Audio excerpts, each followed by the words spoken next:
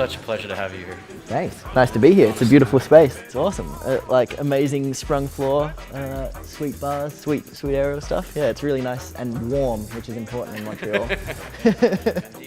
First, I want to ask you a couple questions just about your inspirations, essentially. What was childhood like for you? What, growing up, do you have any kind of crazy moments where you kind of, that marked you and that set you on that path? Or? I just always enjoyed doing stuff, I guess. So whether that was, I grew up in Australia, in Canberra, so that we had access to beaches and to mountains and to the outback, so trees and stuff. So just the general, and my parents encouraged that. I had 3 older brothers, so it was always like rock hopping at the beach or swimming or climbing trees or playing soccer or doing, like we got into gymnastics, that kind of thing. So just kind of from an early age, I guess I really enjoyed doing stuff with my body and the freedom and the sensations that provided.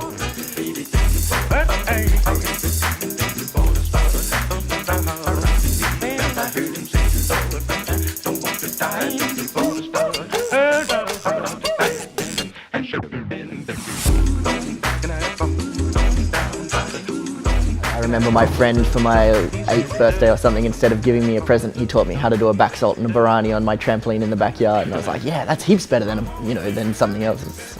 I can take that and play with it, and yeah, and it just kind of kept going. I'd bounce did a bit of gymnastics, that was too serious, did some trampolining, wasn't quite my thing, and then found youth circus, and that kind of was physically challenging and free and had a great community, so it kind of ticked all the boxes, and then from there it grew, but I still liked drawing on the roots of breakdancing and anything else that I stumbled across. Mm-hmm. And would you say that your style mixes, I mean, you mix breakdance, you mix like ground acrobatics, circus kind of tricks? Yeah. How would you describe it? I steal from anything that catches my interest. So yeah, circus, gymnastics, trampolining, any form of dance, whether it's ballet or Cossacks or breakdance. It could be anything, like, yeah. Cossack's like the Russian traditional dance where they spin on their knees and they do these crazy, it's kind of like old school tricking in a way. It's like tricking mixed with ballet, mixed with like Russians. So it's cool. It's going to be awesome. Speaking of like kind of the Russian mentality in that case, like, they're pretty hardcore in terms of their training regimen. I mean, how much has kind of hard work played into making you? I think that it's been mostly luck. It's like luck and love is how I'd think of it. So it's like I'm lucky that I was in a place where I was supported to pursue it, and I was lucky to have a body that worked and that could adapt to it quite quickly. And I loved it. So that made working hard easier, and so you almost don't realize you're working hard, or the hard work pays off when you see the results. So it's Sure. I think luck and love makes hard work feel less like hard work, and you got to enjoy that too. You got to enjoy the process and the small gains. Sure. So it's there, but it's never. I haven't had to make myself. I have never gone like, oh, this sucks, but I'm going to keep going, because it's like, oh, this is really fun, and I can see why I'm doing this, and so I'll keep going to get to the next place. Okay. Yeah. Interesting. I mean, like, for me personally, I mean, there have always been moments like kind of where I've had to kind of push myself, to do something, kind of beyond like kind of the level where my fear has kind of limited me. Mm-hmm. Have you had that experience? I mean, is it with you fear? kind of push through those boundaries really easily, or I mean, what's that like for you? It's been really interesting as I've got older, because I think it's something that happens to most people. As a kid, you don't really understand consequences, and you think you're invincible, and so you're happy to take bigger risks and chuck crazy things. And then as you get older and you have a few injuries, you go, oh, all right, so it's much better to play it a little bit on the safe side, the cautious side, and be able to keep going. So I think now my fear outweighs my skill, in that I'm capable of doing slightly more than I tend to do, so I err on the side of safety. And that level has changed as I've got older. It used to be my gung-ho-ness, my willingness to chuck things surpassed my skill. And then as I've had a few injuries, it's slowly gone the other way. So still, definitely, there's still things where I get scared, and it's like, okay, but I usually go, I'm really scared, but I know I can do it. I just have to do it properly.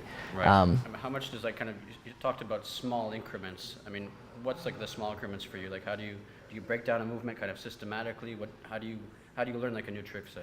What would be your process? Yeah, I mean, breaking it down, trying it, depending on how hard it is. If it's something that usually now that I've got quite a broad vocabulary, I can compare it to something. So there's very few movements where I go, that is a completely new thing that I've never thought of or seen before. I go, oh, that looks kind of like a butterfly kick, or that looks kind of like a half twisting backflip, or that kind of thing. And so I start with something I can relate to and I can do, and then I see what I need to do to tweak it and go, oh, maybe instead of my hands being like this one has to be here, and that will make my body turn this way. And so that will kind of, so watching, I get heaps from watching other people do a trick and go, can you do that again? And oh yeah, so now I see, oh, try it, oh no, it's more like this, that kind of thing. Right. Yeah. Well, I know what you're saying though, for sure. I mean, like, obviously you're basing on what you have to then kind of expand to what you've already. And the more you learn, the more you have in the bank. So it's Yeah. So it's just it gets easier. The more you learn, the easier it gets. To relate to something doesn't necessarily mean the trick is easier, although it often is. With Paragym too, kind of have some of that philosophy too, of kind of like a broad base of skills. Yeah. Kind of learn that kind of just touches on a lot of different things. That makes you the most malleable, the most adaptable. Yeah, and it's fun because you get to try a whole bunch of different things and see what works for your body. And do you think anybody can do acrobatics? I think maybe not everyone can do acrobatics, and that if you're in a wheelchair, it's going to be a lot harder. I'm not saying it's impossible, but if you've got a body that can walk and that can sit down, I reckon there's some small thing you can do that will then build to the next thing and build to the next thing and build to the next thing. So absolutely, you just got to start small or start at a level where it's not too scary and not too confronting and maybe not too acrobatic. Maybe it's a bit of a sideways approach in to just get you started. Is there anything that you keep in mind when you move? Like, is there anything kind of like a guiding light or anything kind of like an intention that you give yourself in creating, in moving in general? I remember back when I was making those videos like Floorgasm, the main thing that drove me and still drives me is to do something that I hadn't seen before, or hadn't tried before. So with my own videos, I try not to put the same trick in twice. So it's like, oh, if I did a backflip in the last video, I don't want to just do a backflip in this video. I want to either add something before or after it, or do it in a different style. And watching videos, that's what got me excited. It was like, oh yeah, I've seen a double cork. It's really hard. It's really impressive, but I've seen it. So what? Oh, but that little transition where he scooted on his knees before he did that thing, it might be half a second, but if I hadn't seen it before, that's the bit I'd rewind and watch again. And so that's what interested me. It's like, what can I do that hasn't been done? Or I mean, and in some ways everything's been done always, all the time, but to just like make something new, make something you haven't seen, I think that's the most interesting and most challenging thing, particularly in this age of the internet where everything gets watched. But that's also the best thing, because someone sees what you do, they try it, they come up with a variation, they put it out there, you see it, you know, it just feeds, it just gets better. Sure. Yeah.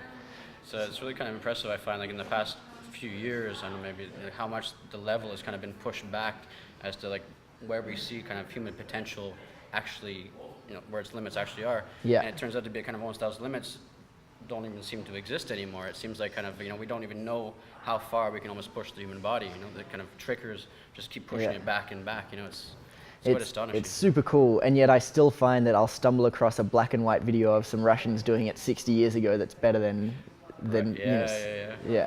I mean, do you see him? Like, what is your conception of human capacity? I mean, do you see like the humans with like an upper limit, or I mean, do you think? I mean, what is what's your conception of human ability? There's got to be a limit, but it doesn't. It's a limit in difficulty, but not a limit in creativity. So even, I mean, we haven't reached the limit of, today I was just watching a video of a guy doing like planches on his fingertips and stuff and like thumbs, and it's like, wow, that is crazy. Like that is an insane level of dedication in a very specific thing.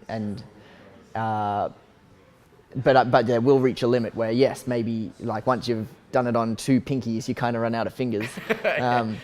But you can just keep playing forever and exploring forever, and you'll come up with stuff. So I think that's where I'm really interested to see where it's going in the creativity and the links and the mixing of different disciplines. Right. A word of encouragement to like those people just starting out, say like Yeah, I would say just have fun. Like have fun and find out what works for your body and do those 2 things. Like You're going to find maybe ballet and that kind of movement works better for your body, or maybe tricking, or maybe this. And if it feels good, it'll probably look good. And that's nice. Like, you know, that kind of is a way of expressing yourself through the way you move. So just have fun, steal from anywhere, but give credit to where you took ideas from. Always try and go past where you saw it and how it was done. There are my concluding remarks. Awesome, Louis. Thanks, mate.